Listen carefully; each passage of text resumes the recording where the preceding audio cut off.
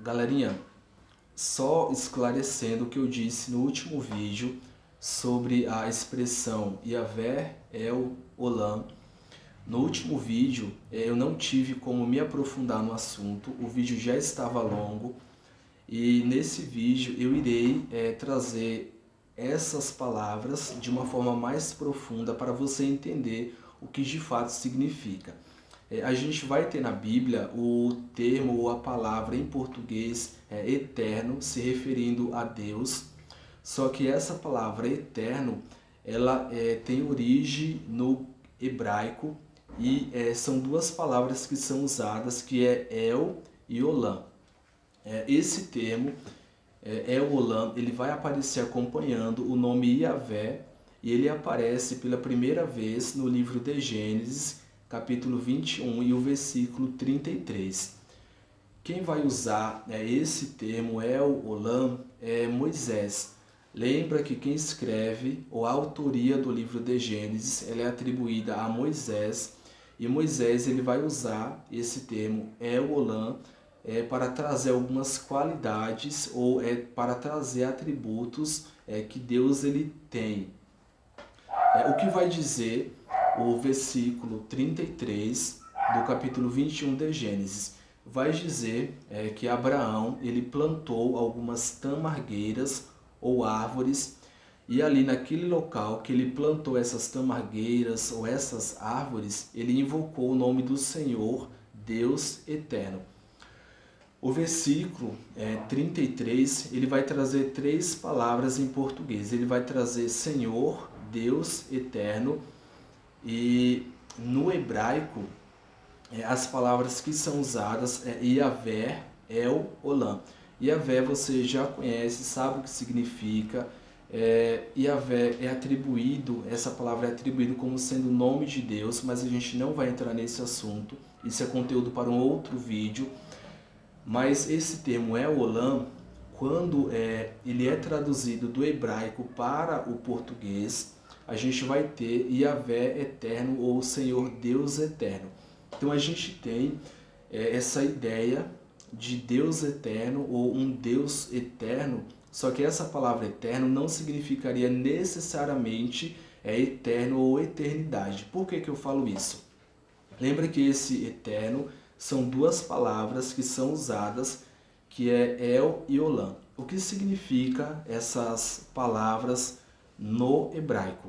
A gente vai ter a palavra Olam, e essa palavra Olam, ao longo da Bíblia, ela vai aparecer diversas vezes. Eu irei colocar aqui as referências, e quando ela aparece, ela é usada para se referir a algo oculto, ou algo escondido, algo encoberto. Então a gente vai ter em alguns momentos alguns personagens bíblicos dizendo, por exemplo, o Senhor ele ocultou a sua glória de mim.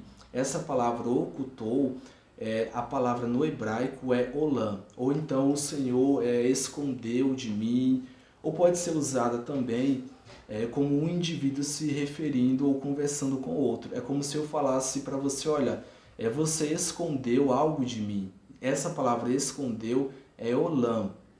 Só que além desse significado, algo oculto, algo escondido, a gente tem um outro significado, que seria eternidade ou um tempo indefinido. Então, a Bíblia vai trazer em alguns momentos, só a título de exemplo, para você entender, só para você entender, Israel ele vai reinar por um tempo eterno ou por um tempo perpétuo. Essa palavra em português, perpétuo, eterno, é usada no hebraico. A gente tem a palavra olam, e quando a gente traduz para o português, a gente vai ter esses significados. Então sempre que você vê a palavra eterno na Bíblia, ou Deus eterno, lembra que essa palavra eterno ela deriva de duas outras palavras do hebraico, que é El e Olam. Como eu já falei para vocês, Olam vai se referir a algo oculto, algo escondido, um tempo indefinido, um tempo eterno. E El, que eu não falei ainda, El vai se referir a poder, a autoridade ou a um ser controlador.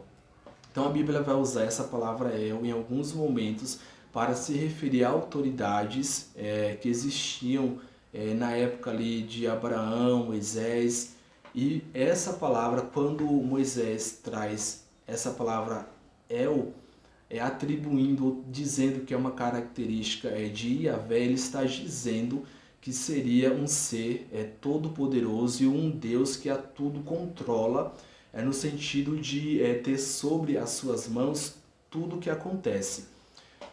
Aí quando a gente tem a tradução dessas palavras, El Olam para o português, foi traduzida como eterno. Então a Bíblia vai trazer lá no versículo 33 do capítulo 21 do livro de Gênesis, Senhor, Deus eterno. Então a gente tem Yahvé, e a gente, que seria Senhor e Deus, e a gente tem El Olam, que foi traduzido para o português como eterno, mas na sua origem, no hebraico, está se referindo a diversos atributos ou a diversas qualidades de Yahvé. Então, sempre que você vê na Bíblia o termo Deus eterno ou eterno, lembra que não necessariamente seria só esse significado eterno, mas na sua origem, Moisés ele está dizendo que esse Deus, Yahvé, o Deus de Abraão, ou o Deus dele, era um Deus todo-poderoso, um Deus dotado de autoridade ou de poder, um Deus que a tudo controla, no sentido de controlar todos os fatos ou ter sobre seu domínio todos os acontecimentos ou fenômenos que acontecem no nosso plano, no plano terreno, mas também ele está dizendo que esse Deus é um Deus eterno, porque esse termo Olam está se referindo a um tempo eterno, a um tempo indefinido. Outro entendimento que eu e você pode ter é que esse Deus e essa expressão, quando Moisés usa para se referir a Yahvé, ele está dizendo que é um Deus que não é conhecido na sua plenitude, ou um Deus ao qual os seus atributos eles são ocultos. Só para você entender, quando Moisés conversa com Deus e Moisés ele vai dizer, perguntar para Deus qual que é o teu nome, Deus ele vai dizer eu sou, ou eu sou o que sou. Então essa expressão eu sou, ou eu sou o que sou, Deus está dizendo que ele é aquilo que ele é e que o nome dele, ou de fato quem ele seria, não tem importância. Então ele não está se definindo e ele não está trazendo ali todos os elementos da sua essência. Então a gente teria essa tradução quando a Bíblia traz lá em Gênesis, eu só estou frisando para você entender, quando a Bíblia traz em Gênesis, Deus Senhor, Deus eterno, ou Yahvé El Olam, esse El Olam está dizendo que é um Deus todo-poderoso, oculto, um Deus infinito, um Deus que reina, um Deus que vai existir por toda a eternidade, um Deus que não tem a sua essência ou todos os seus elementos revelados. Lembra que a gente não consegue definir a pessoa de Deus, a gente não consegue conhecer a essência da divindade. E aí, uma pergunta, né? Só para a gente ilustrar o que eu estou falando, uma pergunta que surge, né? De onde Deus vem e quem cria Deus? A gente não conhece, a gente não sabe, mas a gente tem essa tradução. E lá, quando os eruditos, que é todo esse pessoal que estuda a Bíblia, os intérpretes da Bíblia, eles fazem a tradução, eles escolheram traduzir para o português como eterno, ou um Deus eterno.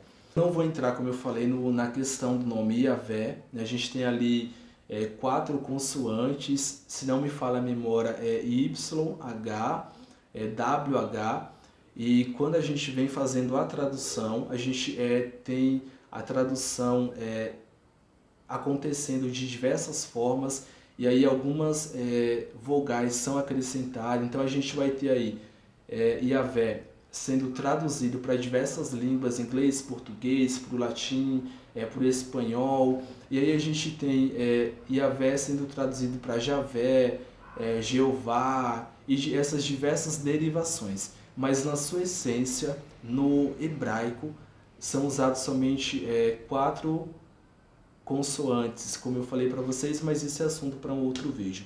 Beleza, galera?